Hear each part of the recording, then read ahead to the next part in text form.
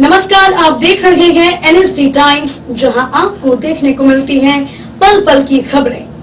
मैं अंजलि हाजिर हूं आपके सामने इस खबर के साथ। खबर उत्तर प्रदेश के बलिया से है, जहां समाजवादी पार्टी के राष्ट्रीय प्रवक्ता और घोसी से सांसद राजीव राय को बार बार मिल रही धमकी और उस धमकी को भाजपा सरकार द्वारा गंभीरता से न लेने पर समाजवादी पार्टी ने रोष प्रकट किया है। वहीं बातचीत के दौरान समाजवादी पार्टी के जिला उपाध्यक्ष राम प्रकाश यादव उर्फ मुन्ना यादव ने इस प्रकरण पर भाजपा को आड़े हाथों लेते हुए क्या कुछ कहे, देखे बलिया से डी प्रसाद के इस खास खबर में। नमस्कार, इस मौजूद उत्तर प्रदेश का आपका देवरिया जिले के सलेमपुर के प्रांगण में जानने का हम प्रयास करेंगे। रामा संघ के विद्यार्थी सांसद के प्रतिनिधि से मिलने का मौका मिला, जानेंगे और कुछ चर्चा करेंगे। ये मिलते हैं उनसे, रूबरू होने का पूरा प्रयास करेंगे। आइए चलते उनसे मिलवाने का पूरा प्रयास करते हैं। सबसे पहले एनएसडी टाइम में आपका स्वागत है। बहुत बहुत धन्यवाद आपको। सबसे पहले सर अपना परिचय बताएं। हम सलेमपुर विधानसभा के रहने वाले हैं जी। समाजवादी पार्टी के जिला उपाध्यक्ष हैं जी। और हमारे लोकप्रिय सांसद सलेमपुर के रमाशंकर विद्यार्थी जी ने जी हम पर विश्वास करके जनता के हित के कार्यों को करने के लिए जी हमें अपना सांसद प्रतिनिधि नियुक्त किया है जी। और मैं जनता के लिए काम कर रहा हूँ जी। एमपी साहब के विचारों को जन जन तक पहुंचाने का भी काम कर रहा हूँ जी। उनके कार्यों को किस तरह से संचालित किया जाएगा, इसके लिए अथक प्रयास सारे विधानसभाओं में किया जा रहा है। चूंकि एक सोशल मीडिया पर खबर बहुत तेजी से वायरल हो रही है कि राजू राय जो सांसद हैं उनके ऊपर 2 अनजान नंबरों से फोन आता है और ये कहा जाता है जान से मारने की धमकी, जिसमें गृह मंत्रालय में भी अपना वो दिए हैं कि सुरक्षा व्यवस्था बढ़ाया जाए। इस पर लोगों में चर्चाओं के विषय दौर हो रहा है, पूरे प्रदेश में इसकी चर्चा की जा रही है। क्या कुछ कहना चाहेंगे इस पे आप? देखिए, बता दें, पूरे उत्तर प्रदेश में अफरा तफरी का माहौल है जी। आए दिन रहजनी, आए दिन हत्या, आए दिन अपहरण लगातार इस भारतीय जनता पार्टी सरकार में हो रही है जी। लाइन ऑर्डर बिल्कुल ध्वस्त है जी। अपराधी खुलेआम पूरे उत्तर प्रदेश में दौड़ दौड़ करके जहां मर्जी जो चाहे सो कर रहे हैं। सरकार का कोई अंकुश नहीं है जी। सरकार फेलोर है, मैं इस पे कहना चाहता हूं। और राजीव राय हमारे लगभग 10 लाख जनता के मतों से चुनाव जीत करके आए हैं। भारी बहुमत से चुनाव जीते, लोकप्रिय नेता हैं, घोसी से वो चुनाव जीते हैं। भारतीय जनता पार्टी पहले तो उन पर डोरा डालने की कोशिश की, जब डोरा नहीं डाल पाई तो अब उनकी नाकामी कह लीजिए जी। पूरे उत्तर प्रदेश में लाइन ऑर्डर ध्वस्त है, इस तरह घोसी में भी लाइन ऑर्डर ध्वस्त है। और मुझको लगता है कि जो उनको टेलीफोन हो रहा है धमकी का, कहा तो जा रहा है कि पाकिस्तान का नंबर है जी, जैसा कि सुनने में आया है जी, जबकि उनको धमकी देने वाला आदमी इसी इंडिया में रहने वाला है जी। भोजपुरी भाषा और हिंदी भाषा का जानकार है, इसी भाषा में उनको धमकी मिली है जी। और उनके लड़के तक का भी नाम लिया गया है जी। तब राजीव राय जी बड़ा सोच में पड़े हैं और इसको गंभीरता से लेने का काम किया है जी। 2 साल पहले उनको वायु श्रेणी की सुरक्षा मिली थी जी, फिर चुनाव के पहले हटा लिया गया जी। उनके ऊपर तमाम खतरे हैं जी, उनको धमकियां भी आई हैं और उनकी सुरक्षा की भी खतरा है जी। सरकार को चाहिए कि उनकी सुरक्षा के लिए फिर से वायु श्रेणी की सुरक्षा दे जी और उनकी सुरक्षा की जा सके। अगर उनकी मांगे और पार्टी की मांगे पूरी नहीं होती, इसकी वजह में आप लोग क्या करेंगे? अगर राजीव राय की सुरक्षा की व्यवस्था नहीं की जाती है और उनके साथ कोई अनहोनी होती है तो समाजवादी पार्टी चुप नहीं बैठेगी। हमारे हाईकमान का जैसा निर्देश होगा उस निर्देश के तहत हमारे एमपी साहब भी अभी दिल्ली गए हैं, आ जाते हैं, अभी 2 तारीख को बलिया पहुंचने वाले हैं। तो इस पे हम लोग विचार गोष्ठी करेंगे और राजीव राय की सुरक्षा के लिए एक मुश्त होकर के हम लोग सरकार से मांग करेंगे।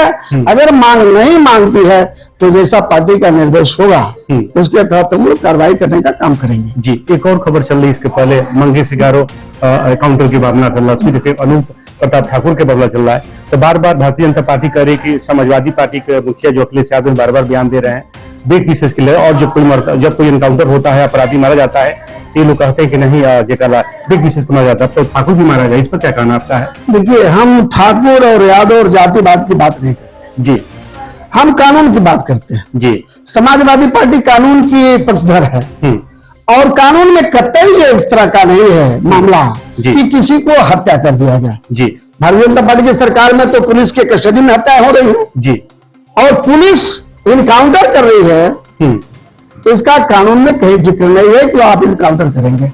आप गिरफ्तार करिए, उसको जो कानून सजा देगी कानून सजा देगी, आपको कहीं कोई राइट नहीं है। कोई किसी जाति का हो, मनुष्य मनुष्य है, अपराधी भी है तो मनुष्य है जी, और अपराधी को सजा देने का अधिकार केवल कानून को है, सरकार को नहीं है। सरकार जबरदस्ती और मनमानी और लॉ एंड ऑर्डर को अपने हाथ में लेकर के, कानून को अपने हाथ में लेकर के ये ठोको नीति के तहत उनका इनकाउंटर करा रही है। ये निंदनीय है, समाजवादी पार्टी इसकी निंदा करती है। हम इसके लिए हम लोग लड़ाई लड़ने के लिए तैयार हो रहे हैं। भारतीय जनता पार्टी भी कह रही कि जब भी जात विशेष की बात होती है तो अखिलेश यादव व उनके नेता लोग कुछ जाते मरा, जब अदर कोई मरता है, दलित समाज से कोई मरता, पिछड़ा मरता, तो अखिलेश यादव उनके पार्टी के नेता नहीं बोलते। हमारे राष्ट्रीय अध्यक्ष माननीय अखिलेश यादव जी स्वच्छ विचारधारा के, समाजवादी पार्टी जातवादी पार्टी नहीं है जी, सब समाज की पार्टी है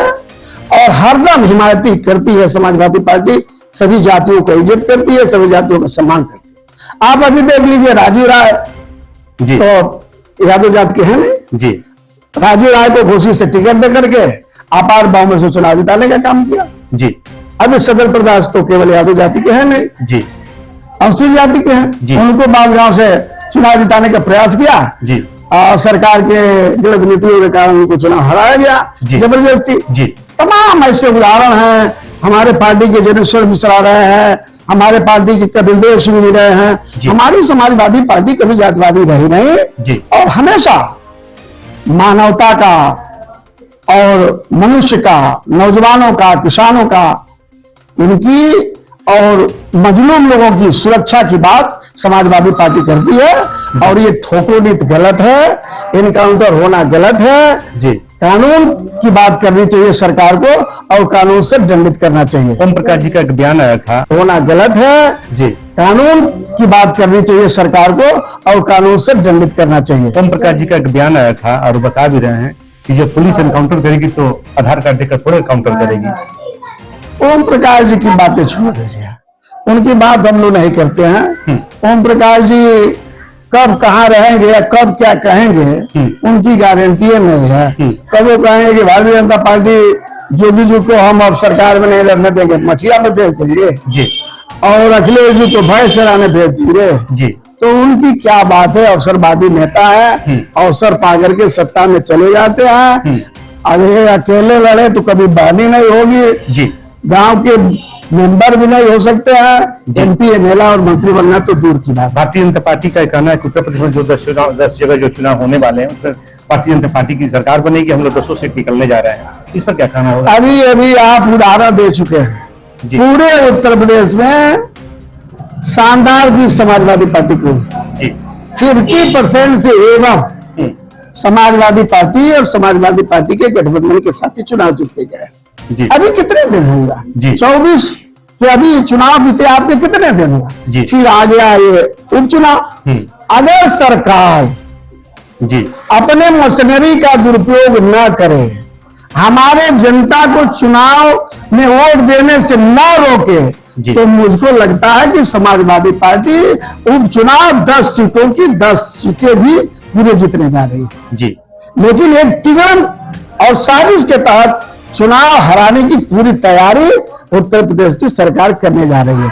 उसके बावजूद भी हम लोग चुनाव 200 सीट पे जीतने जा रहे हैं। उनकी गलतफहमी है कि हम सरकार की दबंगई से सीट को जीत लेंगे जी। लास्ट सवाल मेरा सर, चूंकि विपक्ष का प्लो नेता है, समाजवादी पार्टी की प्रदेश में सरकार नहीं है, तो जनता ने जिस उम्मीदों के साथ चुनाव मैदान में चुनाव जिताया भारी मतों से, उनको उम्मीदों को अपना खाड़ा कैसे उतरेंगे, उनकी उम्मीदों को कैसे पूरा कर पाएंगे? देखिए, हम जनता को आभार व्यक्त करते हैं, उत्तर प्रदेश की जनता को। उन्होंने शानदार जी समाजवादी पार्टी और समाजवादी पार्टी के गठबंधन साथियों को जिताने का काम किया है जी। उनके विश्वासों पर समाजवादी पार्टी खरा उतरेगी। अखिलेश यादव हमारे राष्ट्रीय अध्यक्ष, वो भी खरा उतरेंगे।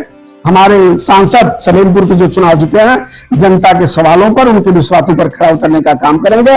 और 27 में हम सरकार बनाने जा रहे हैं और जनता की जितनी भी समस्याएं होंगी उनको देखेगी मेरी सरकार।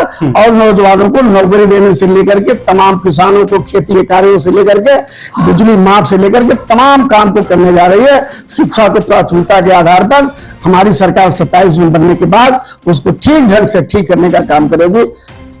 अखिलेश यादव सबके नेता हैं और हमको लगता है कि आज हमारी समाजवादी पार्टी पूरे देश के अंदर तीसरी बड़ी पार्टी बनकर उभरी है। इसके लिए हम अपने राष्ट्रीय अध्यक्ष माननीय अखिलेश यादव जी को बहुत बहुत धन्यवाद और बधाई देना चाहते हैं। भारतीय जनता पार्टी का पूरे प्रदेश भर में सदस्यता अभियान चलाया जा रहा है, इसमें युवाओं को कितना लाभ होगा? देखिए, ये नौटंकीबाज पार्टी है जी, ये हमेशा नौटंकी करेगी। हाँ। कभी आधार कार्ड से मोबाइल जोड़ने की बात करेगी, कभी सस्ता अभियान चलाएगी। हाँ।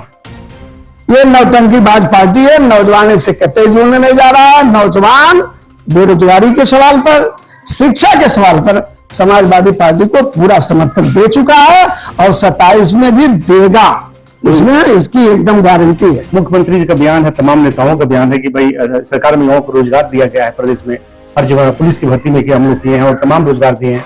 और आप करेंगे नहीं, विकास नहीं होगा, दुआ रोजगार से नहीं जोड़ा गया। आप बताइए, 69,000 शिक्षक लगातार रोड पर लाठियां खाते रहे जी, अपने हक की मांग करते रहे जी, बेटियों को लाठियों से पीटा गया, रोडों से घसीटा गया जी। सरकार के कान पर जू भी नहीं रहेगा। अंततः हाईकोर्ट ने भी उनके पक्ष में आर्डर दिया।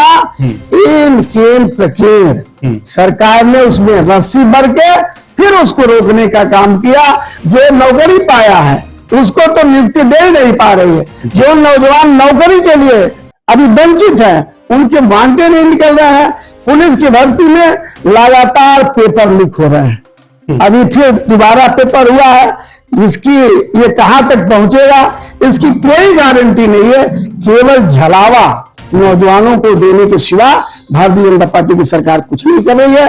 नौजवानों को छलावा दे रही है और नौजवान समझ लिया है 27 में समाजवादी पार्टी की सरकार बनेगी और समाजवादी ही पता इस पार्टी नौजवानों को नौकरी देगी, किसानों को हक देगी और उत्तर प्रदेश को उत्तम प्रदेश बनाने का काम करेगी। समाजवादी पार्टी बना सकती है, दूसरा कोई पार्टी नहीं बनाएगी। जाते जाते क्षेत्र की जनता से कुछ कहना चाहेंगे आप?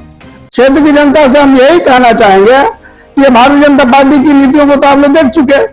अब समाजवादी ही पार्टी एक बची है जो आपके हक और हकूक की लड़ाई लड़ेगी। आने वाले 27 के चुनाव में पूरा कमर कस के तैयार रहिए और पाखंडी सरकार को, जो भी सरकार को उत्तर प्रदेश से हटाइए और समाजवादी पार्टी को स्थापित करिए। आपके हक और हकूक की लड़ाई समाजवादी पार्टी लड़ेगी। बातचीत करने के लिए आपको बहुत बहुत धन्यवाद। बहुत बहुत धन्यवाद आप लोगों को। इस खबर में बस इतना ही। बने रहिए एनएसडी टाइम्स के साथ। मिलते हैं अगली खबर के साथ। तब तक के लिए मुझे दीजिए इजाजत।